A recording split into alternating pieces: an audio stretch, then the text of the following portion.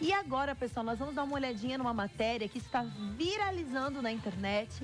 E nós trouxemos um especialista aqui para falar a respeito disso. Mas antes eu gostaria que você desse uma olhadinha nessa matéria bem especial. Uma criança assiste um vídeo infantil pela internet e de repente aparece uma figura assustadora que interrompe o filme e começa a dar ordens.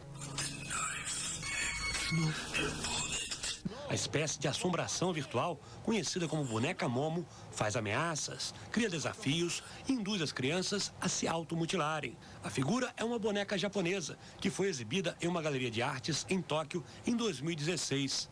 Como e quem utilizou o objeto para produzir os vídeos ameaçadores ainda é um mistério, mas na internet tudo acaba se espalhando rapidamente. Preocupados, os pais buscam informações na internet.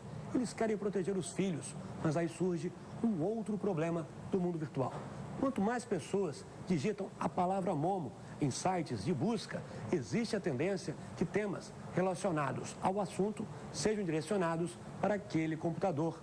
É o efeito dos algoritmos que comandam nossas vidas no mundo virtual. A intenção é que o volume de dados produzido seja um volume esclarecedor acerca do que é o desafio Momo na internet. Se é uma farsa, se ele não entra dentro de vídeos no YouTube Kids, por exemplo, que isso seja produzido. O professor de marketing digital diz que a melhor forma de proteger as crianças é acompanhar de perto o que elas assistem na internet. Conversa e educação são as melhores formas para evitar possíveis danos provocados por desafios como o da boneca Momo. Muitas das vezes, aquela internet, aquele vídeo, aquele audiovisual, ele começa com um vídeo, por exemplo, bastante infantil, mas os pais não sabem qual é o próximo vídeo que segue após aquele primeiro que ele acessou. Então, há muitas pessoas com intenções maldosas em ambiente digital. Então, elas podem indexar com palavras-chave relacionadas às crianças, mas o conteúdo próximo não tem a ver com um conteúdo infantil. Pessoal, então na verdade é isso que vocês estão vendo. Isso aí viralizou na internet. Inclusive assim, ó, eu recebi e resolvi, na verdade, trazer isso para vocês aí de casa. Então nós estamos trazendo agora o Fabrício Bortoluzzi, né? Que vai falar um pouquinho da Momo e os perigos da internet. É um prazer tê-lo com a gente. Seja muito bem-vindo aqui no Melhor da Tarde, Fabrício. Olá, é um prazer participar. Fabrício, vamos falar um pouquinho. Primeiramente, o que é a Momo? Que todo mundo fala. Eu vou ser bem sincera, ela não é uma boneca das mais bonitinhas, né? Mas assim, ó, gente, eu acho ela engraçadinha. Ela realmente é ela é uma peça de arte da cultura japonesa, não exatamente das mais agradáveis aos nossos olhos, né? É uma mistura de mulher, de bruxa, numa expressão bastante diferente do tradicional, com aqueles olhos abertos. E ela ficou exposta em galeria de arte a partir do momento que ela foi publicada. Isso é o que ela é, uma peça de arte que depois começou a ser usada na forma de imagem, de fotografia do boneco, para compor um número de telefone no Japão, onde as pessoas poderiam ligar ou para fazer brincadeira, ou para qualquer tipo de conteúdo que sem sabermos no que daria. No sentido assim, era uma personagem com um número de telefone para ser acessado. Olha. Mais recentemente, ela inaugura talvez a segunda fase, depois daquela outra chamada Desafio da Baleia Azul, inaugura uma segunda fase de cultura onde o ódio, onde as instruções de maldade, de instrução para a criança aprender a cortar pulso e outras analogias dessa natureza, começou a ser inserida nas plataformas de vídeo, como essas de rede social que a gente consome quase diariamente. Pois é, Fabrício, até inclusive eu recebi os vídeos assim, ó, entra no meio daqueles vídeos bem queridos, aquele tchu-tchu-tchuriru, tchu-tchu, até eu vejo porque eu tenho duas afilhadas que gostam muito dessa, né? De repente começa a entrar a Momo, né? É até uma coisa bem horripilante, gente, eu vou ser bem sincera. Até eu estava no salão lá no Labelle, onde eu me arrumo, né? No Labelle Espaço VIP, quero mandar um beijo super especial lá para o pessoal. E a filhinha da Jussara, que é a proprietária lá do salão, ela perguntou pra mim: tia, você já viu a Momo? E assim, ó, realmente eu acabei mostrando pra elas dentro do vídeo, elas falaram o que queria. Eu falei, ó, isso aí não pode ver, quando aparecer tem que chamar o papai, a mamãe, qualquer vídeo que vocês estejam assistindo na internet, porque isso é muito preocupante, né? Porque ele incentiva bastante realmente a criança, essa parte, como você falou, uma parte de cortar os pulsos, de fazer várias coisas que não são legais, né? Exato. Ela sozinha, o personagem é só uma referência a um desenho, mas qualquer um pode pegar essa imagem e transformá-la em alguma coisa que seja mais nociva, que tenha uma característica, uma conotação dentro desse contexto do suicídio, como foi o da Baleia Azul há 2 anos atrás.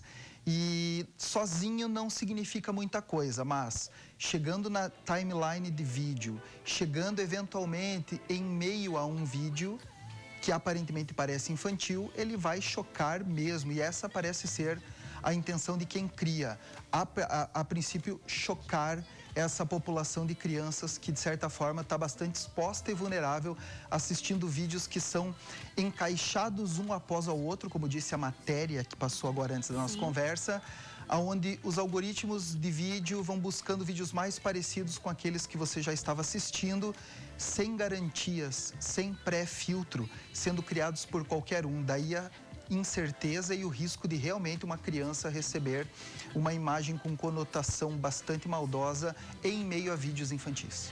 Pois é, Fabrício, até vamos falar bem a verdade. Eu estava lendo depois a respeito, parece que até o próprio artista, depois, na verdade, ele tentou até, não sei se destruir até a figura da Momo, né? Porque não foi para essa intenção que ele criou, né? Exato. É aquela cultura do aproveitamento da imagem anterior, mais do que apenas a boneca.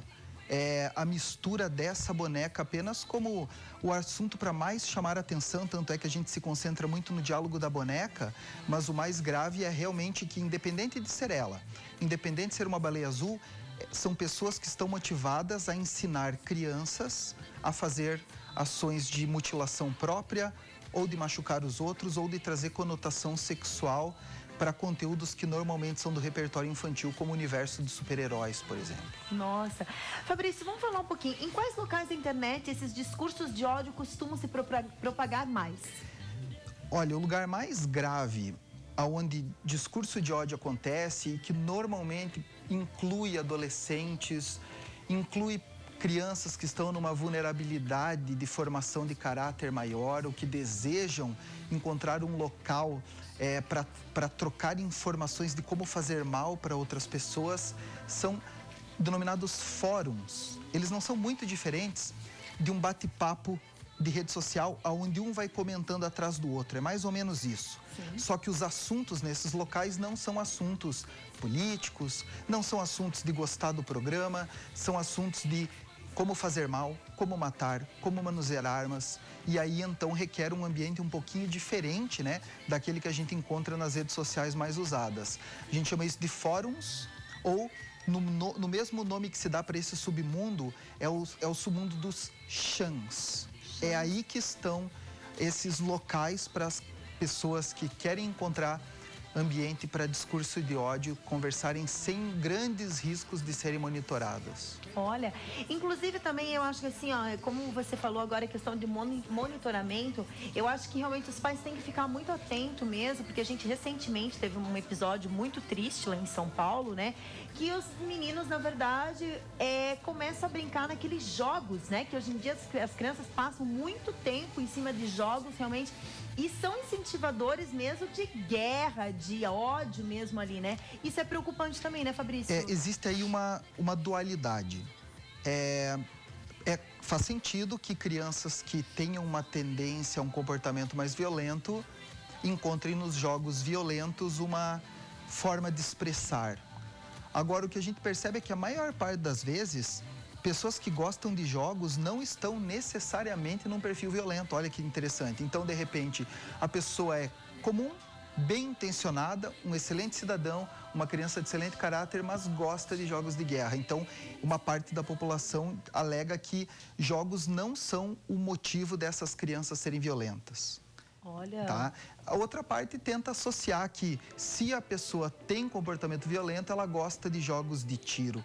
Não é uma associação muito clara, não dá para dizer que isso colabora. O mais grave mesmo é que uma criança que está ali com 4, 5 anos de idade, ela vai entender que o vídeo de heróis e o vídeo de como esfaquear, como causar mal para um colega, vai entrar num bolo de formação ali que não é muito claro para ela e que para nós adultos até é bastante infantil, você separa muito claramente.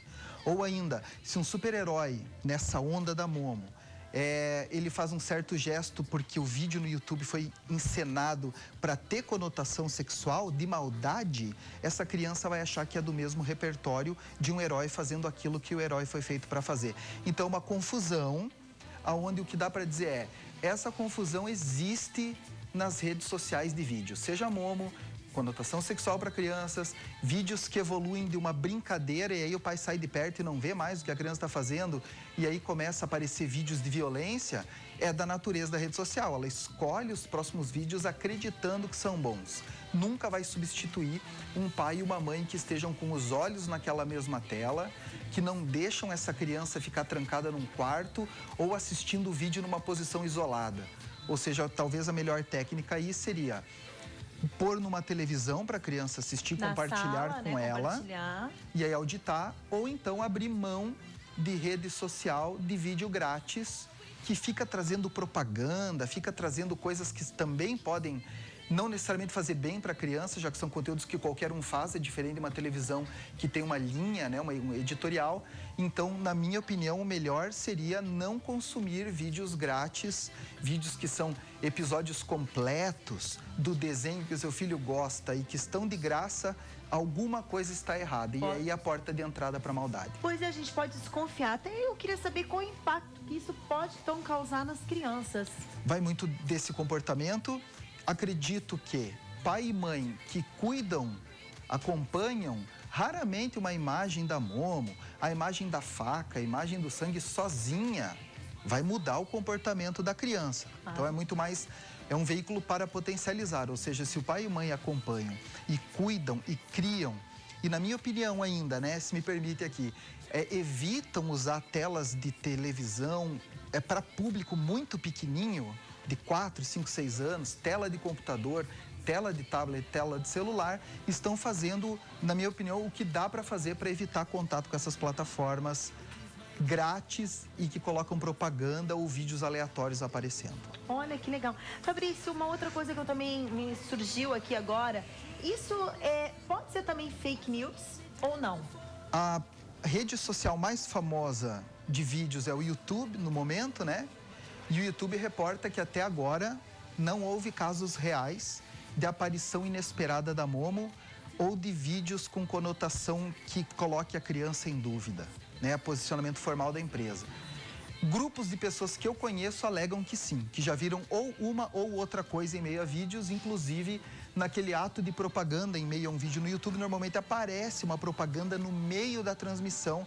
Essas propagandas podem ser patrocinadas por gente que quer ver cenas maldosas aparecendo para crianças. Então, eu não tenho um sim ou um não bem exato aqui, mas tenho o que existe nessas redes é o botão de abuso, o botão de denúncia, o que significa que se eu sozinho aperto no botão de denúncia, eu não consigo tirar o vídeo do ar, mas se 200, 300, 500 pessoas apertam nesse botão denunciando para a plataforma, ele rapidamente é tirado do ar. Então, esse é o posicionamento que temos. Agora, a internet é muito mais do que o YouTube. Então, outros lugares que não são as redes sociais mais famosas, certamente tem espaço para esse tipo de vídeo. E há pessoas criando esse conteúdo nesse momento. Gente, Fabrício, outra coisa que eu ia te perguntar, então, agora que você já falou um pouquinho a respeito, mas gostaria que vocês dessem mais algumas dicas. Quais cuidados, então, os pais aí que estão em casa, não digo só pais e mães, às vezes, né, avô, avó, na verdade, né, na hora de deixar o filho utilizar a internet, né? Olha, eu vou te falar uma mistura do que é recomendação geral com a minha opinião. Na minha opinião, crianças que tenham de 4 a 7 anos, ou menos de 7, tem que ver por que ela precisa da tela. Por que essa criança precisa do desenho. É para ela não incomodar o pai? É para deixar em paz durante um jantar? É para que a criança não expresse a vontade de brincar e incomodar os vizinhos? Ou seja, não há muito que uma criança de 7 anos precise fazer no celular. Geralmente uma brincadeira de tabuleiro, uma brincadeira com os pais, uma atividade criativa é bem melhor do que qualquer coisa que exista na internet para essas crianças. De 7 a 14 ou de 7 a 13, ela não deveria fazer parte de rede social. Se ela fizer parte é porque ela mentiu no cadastro. Então começa errada a relação da criança com o YouTube, com o Facebook e tudo mais. Ela não deveria usar. Pelo menos do ponto de vista de quem dá rede social, não estão preparadas para isso. Não é o que a gente vê. Então, nesse caso, se a criança ainda assim vai usar, que a tela esteja nos olhos do pai. Que o pai ou a mãe ou o educador... Uma tela compartilhada, uma tela visível. Nem que seja, tudo bem que a criança fique com a tela ali, mas que o pai possa olhar. Que o pai tenha a senha do celular, que ele tenha a digital do celular, que o celular seja mantido pelos dois e não só a criança isolada, que ela não vá dormir no quarto sozinha com o celular, porque é muito fácil aparecer conteúdo com conotação pornográfica numa idade absolutamente inadequada, é muito fácil acontecer problemas, então o compartilhamento seria a minha dica maior. E se a criança usa computador, que também é comum, pode haver apelo para softwares da família do antivírus, que se chamam softwares de controle parental, que você compra, não é caro, e eles dão uma regulada na quantidade de horas, no tipo de acesso que se faz. Que interessante. Né? Por exemplo, lá em casa eu tenho um filho de 4 anos, ele só, no máximo, assim, 2 horas de tela, sem ser computador, sem ser tablet, celular, por dia, no máximo 2 horas de televisão. É porque o resto da educação dele é muito mais importante do que ficar na tela do computador, ela não é útil. Vocês estão ouvindo de pessoas... Eu estou envolvido nessa área há 20 anos e não vejo motivos para que uma criança use essas telas mais do que 2 horas para uma brincadeira de lazer ao lado do pai e mãe. Então, a presença dos pais é a minha dica número 1 para esses casos. Que bacana. Fabrício, até legal você dar essa dica mesmo também para os pais. Eu tenho uma prima minha que trabalha em Curitiba e eu acho bem legal. Ela fez uma criação de um pote que a criança leva aonde ela for. Dentro daquele pote tem livrinho de pintar, massinha, giz de cera. Ela substitui, na verdade, a questão do celular. Porque muitas crianças, na verdade, hoje, como você falou, às vezes não é nem a criança, é os pais mesmo que querem um pouquinho de sossego e dão ali o celular porque a criança fica hipnotizada, até por causa da questão da tela, do colorido. E assim, ó, esse pote é uma nova forma da criança estar brincando. Porque ela tá ali desenhando, ela tá pintando, então é bem interessante também, como você falou, realmente instruir a criança com brinquedos pedagógicos, a pintar, a colorir e deixar um pouquinho de lado. A gente sabe que a internet é importante, é benéfica, mas depende da forma como é usada, né? Exatamente, perfeito. É questão de idade, os pais escolhem então quando os filhos vão usar e não tem nenhum aplicativo de celular, nenhum joguinho que seja mais legal do que um jogo de memória em madeira, um quebra-cabeça para ser resolvido em família. Pode ter certeza que a criança vai preferir essa abordagem do que o celular, se você der essa opção. E sem contar que, na verdade, fica uma memória bem afetiva, né? Porque lembra que realmente ele está brincando com os pais, né? Com a família, né? Existe uma percepção agora de 2010, que passou a década, estamos fechando, da primeira geração de crianças que perderam o afeto, perderam o tato, o contato e o prazer de estar com os pais pelo excesso de contato com o celular, onde o celular anestesia e neutraliza toda a vontade de interagir na família. Então é algo bem importante ser tratado e evitado os exageros. É verdade, gente. Olha, realmente essa entrevista foi muito bacana, muito importante. Muito obrigada, Fabrício, por estar aqui conosco, né? A gente sabe de todos os teus esforços também por você estar aqui hoje com a gente, né? Mas muito obrigada de coração, porque realmente, olha, o pessoal aí de casa com certeza deve ter ficado grudado na tela, porque eu também já fiquei aqui, não tenho filho, gente, só tenho sobrinho, mas mesmo assim, acho muito importante cada palavra que o Fabrício realmente ressaltou aqui na nossa entrevista. Ok, obrigado, fico à disposição mesmo. Imagina, muito obrigada.